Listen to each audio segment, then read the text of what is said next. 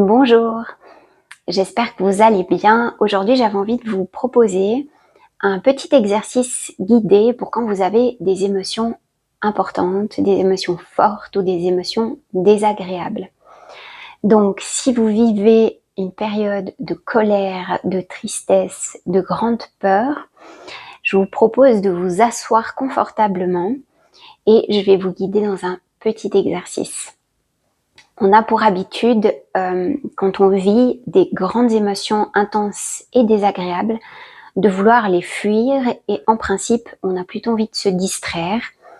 Donc on va peut-être se mettre sur son téléphone, on va chercher à faire du sport à fond, on va peut-être se mettre à faire des jeux vidéo, on aura peut-être envie de manger quelque chose de sucré ou quelque chose de réconfortant, on aura peut-être envie de consommer des produits pour altérer sa conscience et penser à autre chose. Enfin bref, tout un tas de compensations. Donc aujourd'hui, je te propose de t'asseoir confortablement. Tu peux prendre une couverture si tu en as besoin. Assieds-toi de manière à avoir le dos bien long, bien droit.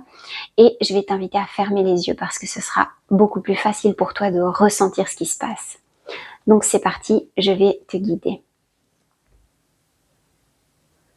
Donc je vais t'inviter d'abord à te mettre confortable et puis à retrouver, si tu n'es pas dans l'instant de l'émotion difficile, je vais t'inviter quand même à te replonger, que ça soit face à ta peur, à ta colère, à ta tristesse, peut-être à ton anxiété, peu importe ce que tu ressens, mais je vais t'inviter juste à te poser face à elle et puis à la ressentir dans ton corps.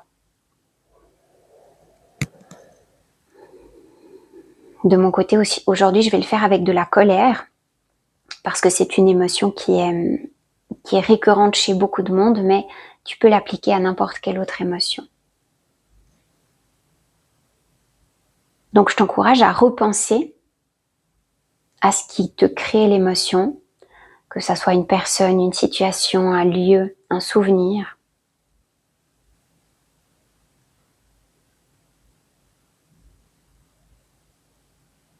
Et observe comment tu respires quand tu penses à ça.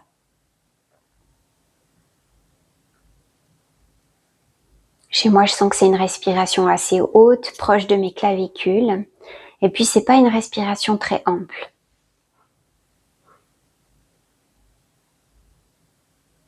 Très bien. Je vais te demander aussi d'observer quelle zone de ton corps est réveillée pendant cette émotion. Personnellement, chez moi, c'est pas mal au niveau de la gorge.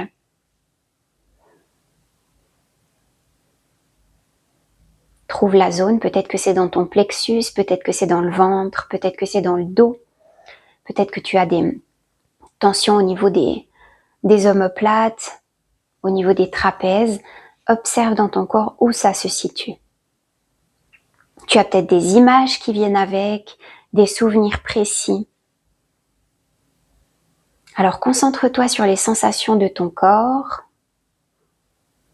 Concentre-toi sur l'émotion qui est en toi en ce moment. Et tu restes là.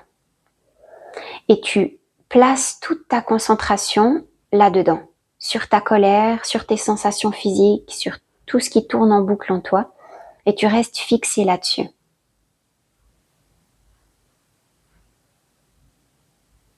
Allez, continue, ressens les parties du corps qui sont nouées. Et tu continues de placer ton observation et tes capteurs dans cet endroit-là.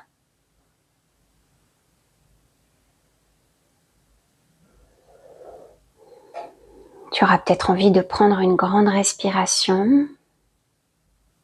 Continue à forcer ta concentration sur cette émotion. Chez moi, ça a déjà lâché un petit peu, tu vois. J'ai déjà de la peine à ressentir la colère que je ressentais avant. Continue à te concentrer juste là-dessus. Et puis tu vas remarquer que passer à un deuxième stade, plus tu essayes de te concentrer sur ta peur, ta colère, plus c'est difficile.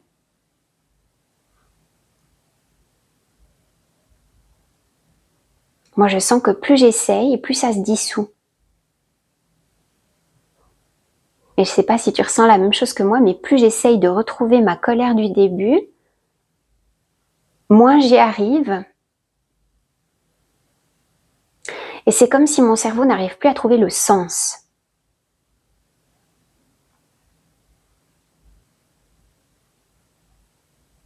Très bien, continue à te concentrer dessus. Si ça se trouve, ça a complètement disparu, tu n'arrives plus à retrouver les sensations, ni les pensées. On en est à peu près à quelques minutes d'exercice. Et tu vois que ça a déjà complètement changé. Tu vois qu'il te suffit peut-être de 4-5 minutes pour switcher en fait. Sans avoir eu besoin de te distraire, en étant pleinement présente à ton émotion, ou présent à ton émotion. Tu sens comme ça a changé. Hein? Tu peux garder les yeux fermés. Je vais juste encore te proposer, pour terminer cet exercice, imagine qu'à partir de là où tu es assis ou assise, tu montes un petit peu.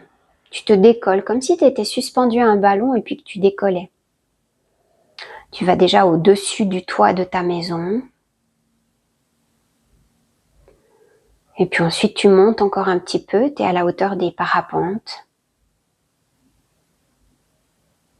Tu vois les forêts d'en haut. Tu montes encore un petit peu.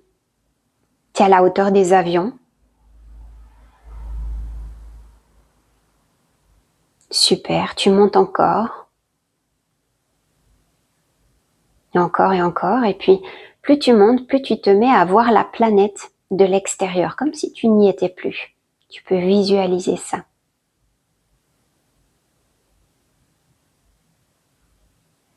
Très bien, tu es un petit peu dans le cosmos comme ça, largué avec ton ballon. Et puis,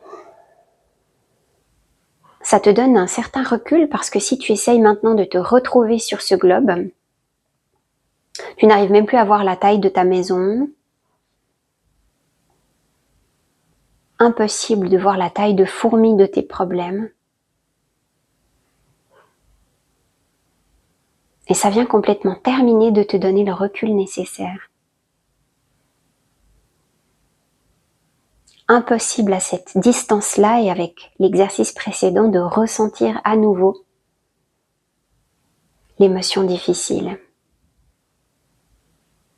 Tu lui as simplement permis d'être entendu, d'avoir un peu d'attention, de la présence et de se dissoudre d'elle-même. C'est un parfait exercice aussi pour te montrer à quel point tu n'es pas uni à ton émotion. C'est quelque chose de séparé de toi, c'est quelque chose qui peut passer, qui est en transit, en transition, mais qui n'est pas toi. C'est pas quelque chose qui est à l'intérieur de toi. Par contre, ce que tu peux ressentir ici, c'est que les processus de solution, les clés que tu as, elles sont vraiment à l'intérieur de toi. Ici, bien sûr, je te guide avec ma voix, mais tu le fais toi-même, cet exercice. Donc, tu as vraiment les outils en toi. Alors voilà, je te laisse rouvrir les yeux à ton rythme.